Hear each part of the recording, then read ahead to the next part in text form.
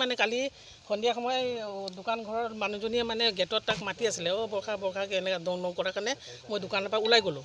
ওলাই যোৱাৰ পিছতে চালোঁ ভিতৰ ফালৰ পৰা গেটটো বন্ধ আছে আৰু দৰ্জাটো গ্ৰিলটো খোলা আছে, ইয়াৰ পৰা চব দেখা পাইতো। খোলা থকাৰ কাৰণে মই ক'লোঁ হেই ভিতৰ ফালৰ পৰা যদি গেটটো বন্ধ আছে, দৰ্জা খোলা আছে, সেইটোতলে কিবা এটা খবৰ ল'ব লাগিব আমি। দুদিন দেখাই নাই কিন্তু আমি এনেকুৱাতে নম্বৰ নাই তাৰ ভনী জোঁৱাইৰ কিবা কিবা। তাৰপিছত ওচৰৰ মানুহজনীয়ে দিলে তাৰ ভনী নম্বৰটো।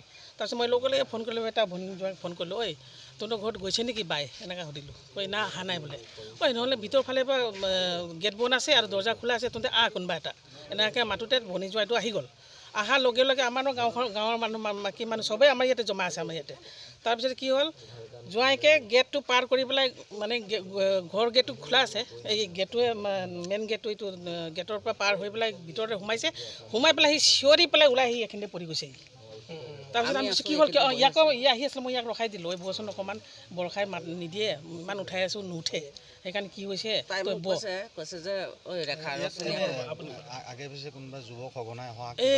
এইবোৰতো আগতে যি হ'ল হয়, এইবাৰ দেখা নাই আমি, দেখাটো দেখা নাই। দেখিলেতো আমি ক'লোঁ যে অমুক আহিছিলে তমুক আহিছিলে ক'লোহেঁতেন, দেখা নাই আমি।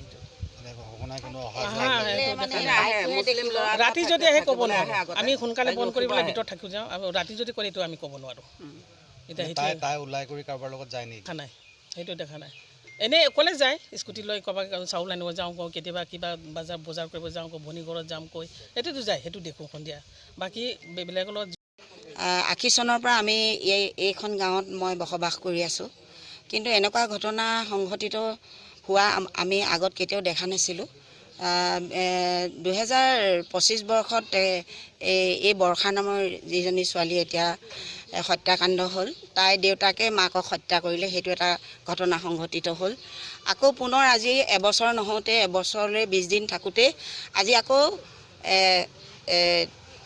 এই বৰ্ষা নামৰ ছোৱালীজনীক কোনোবাই মানে অচিনাক্তই আহি ঘৰৰ ভিতৰত হত্যাকাণ্ড কৰি থৈ গ'ল। আৰু যিটো হত্যাকাণ্ড বহুত নিমৰ্ম। আমি গাঁওবাসীয়ে এটাই আহ্বান কৰিম, চৰকাৰ প্ৰশাসনক এটাই আহ্বান কৰিম, যাতে